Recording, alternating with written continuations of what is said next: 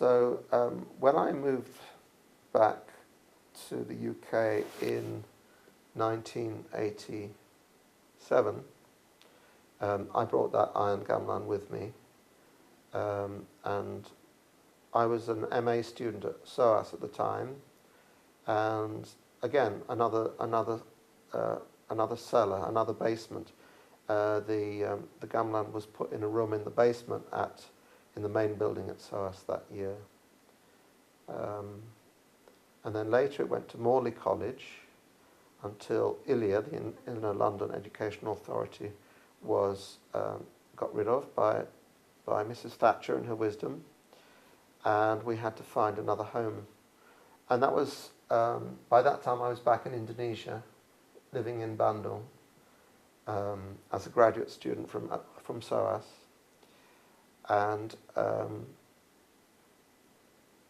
we suddenly had to find another place for the gamelan because Morley College lost a lot of its schools and buildings that they used to have access to, and it was being used in the main building at Morley College in a space which was used for lots of other activities. And one day somebody decided to take one of the bonang rincik pots to use as an ashtray or something, we don't know. It just disappeared, so it became apparent that this was not a safe place for that gamelan. So that would have been around 1981, I think. No, 1991.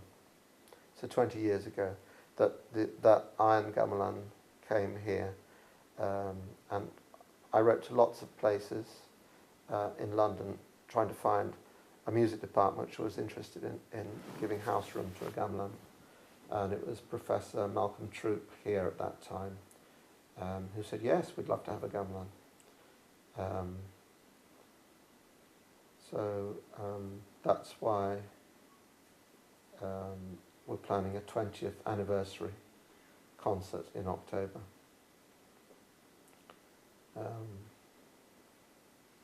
So, and then while I was still living in Bandung at the time, because I became interested in West Javanese music, Sundanese music, because I'd heard lots of recordings. In fact, I think I first heard Sundanese music when I went to visit Pak Hastanto and Alec Roth in Durham, and Alec played me lots of cassette tapes that he'd brought back from Indonesia.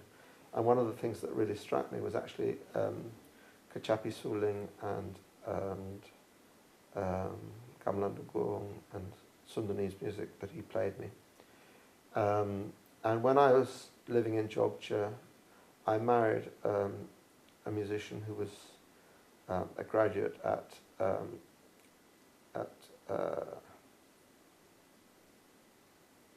Academy Musik AMI, it was called in those days, Academy Musik Indonesia, which became part of STSI in Jogja, the music faculty. And she was from Bandung, so that was because we were visiting her family in Bandung, that was another incentive to get interested in West Javanese music. So when I came back to SOAS in '87, did an MA and started doing a PhD, the subject I chose was Sundanese music, because that seemed to be something that no one else had taken any interest in, and I liked the sound of it. What was really attract you to play Sundanese? Well, it's different. I think one of the attractions of Sundanese music is that it's a lot more varied. I think Javanese music, I mean, this is a huge generalization, but Javanese music is kind of more, a lot of it is very similar. But in Sundanese music, you've got everything from Tembang Sunda, which is very lemes, which is very refined. You've got Gamelan Dugung, which is rather refined. You've got Kliningan on Gamelan Selendro and Pelog, which is kind of more down to earth. And then you've got all the offshoots of that, like Jaipongan and so on. And within the Gamelan Degung, you've got lots of different kinds of repertoire, like Degung Classic, which are the old court pieces, but you've also got Degung Kawih, where the interest is the vocal line, and you've got lots of modern pieces by people like Mangkoko Koswara and Pak Nano S, who just died recently. And then you've got much more down-to-earth things like Ketuk Tilo and Tarompetan and all sorts of funky folk musics as well.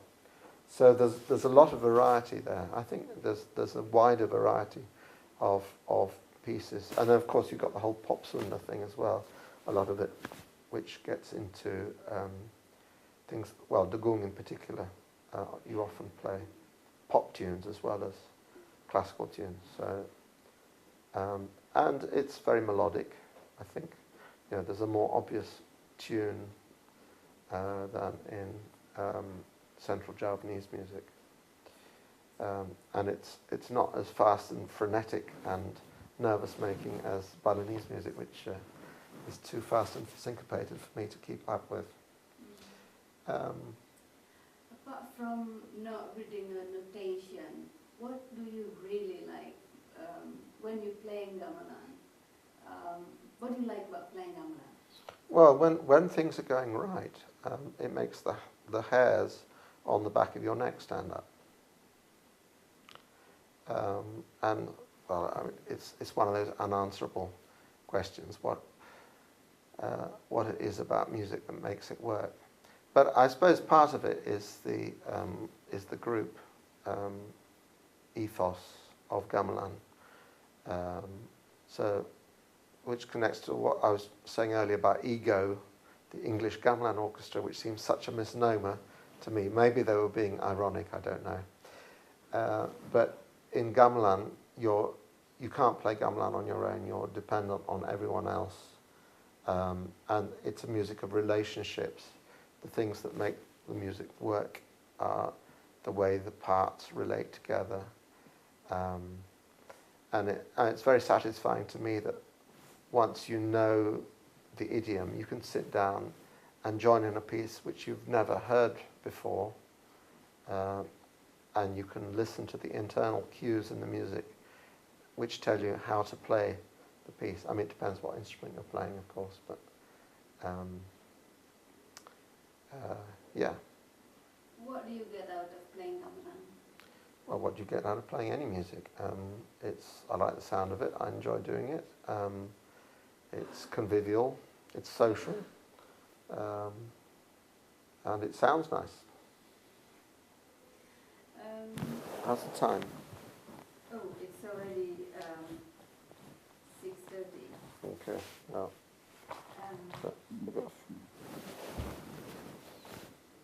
Would you like to stop now? Or? I don't know if there's anything more important. I've been waffling away for half an hour. Surely that's long enough. That was beautiful.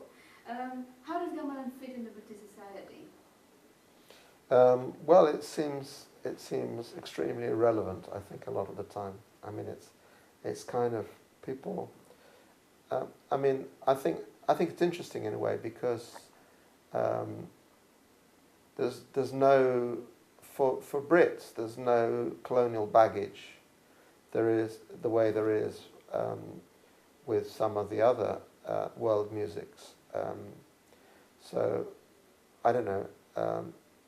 Indian music or music from the Indian from South Asian subcontinent. You've got there's a history to that, or similarly, and of course you've got very few Indonesians living in the UK. So in a way, it's kind of a neutral world music. So, I mean, if you were trying to promote whatever, sheep music or music from Jamaica or whatever, you in parts of the UK where you have a significant ethnic immigration from that part of the world, then that I think then the music becomes culturally loaded in a certain way, which I think gamelan has avoided by the fact that it comes from a part of the world which Britain had nothing to do with historically. So, but I mean, in music education, and I now work as a music teacher in music education. I think gamelan has huge potential because of the group ethos and the way that it different parts are. Some of the instrumental parts are very easy to learn. So there's none of the technical encumbrance that you have learning an instrument like the violin or the trumpet, where it takes a few years before you can even make a decent sound. The first time you sit down at a gong, it's going to sound fantastic. So you can focus immediately on ensemble playing and on listening. And you've got parts which are very, very simple and parts which are more challenging. So also it works well with groups with different ability or different experience playing together. It works musically. So that's a fantastic thing. And yeah, because it's music, it's not about any one of the individual parts, it's about the way all the parts fit together. So that's a nice,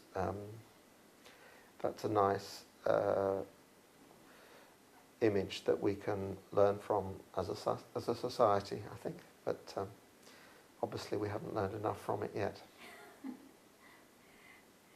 Do you have any special experience through all of those years that you would like to tell us? Well, I think I already told you. I think the main thing that I've got from gamelan as a musician, as a Western classical musician, is to get in touch with the oral side of music and really approach it in a very different way.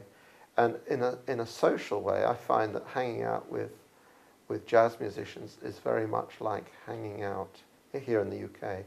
Is very much like hanging out with gamelan musicians was in Bandung, because they're a bunch of old guys giving each other a hard time and joking, and so it kind of fulfills a similar need for me as a musician. Thank you so much. Thank you.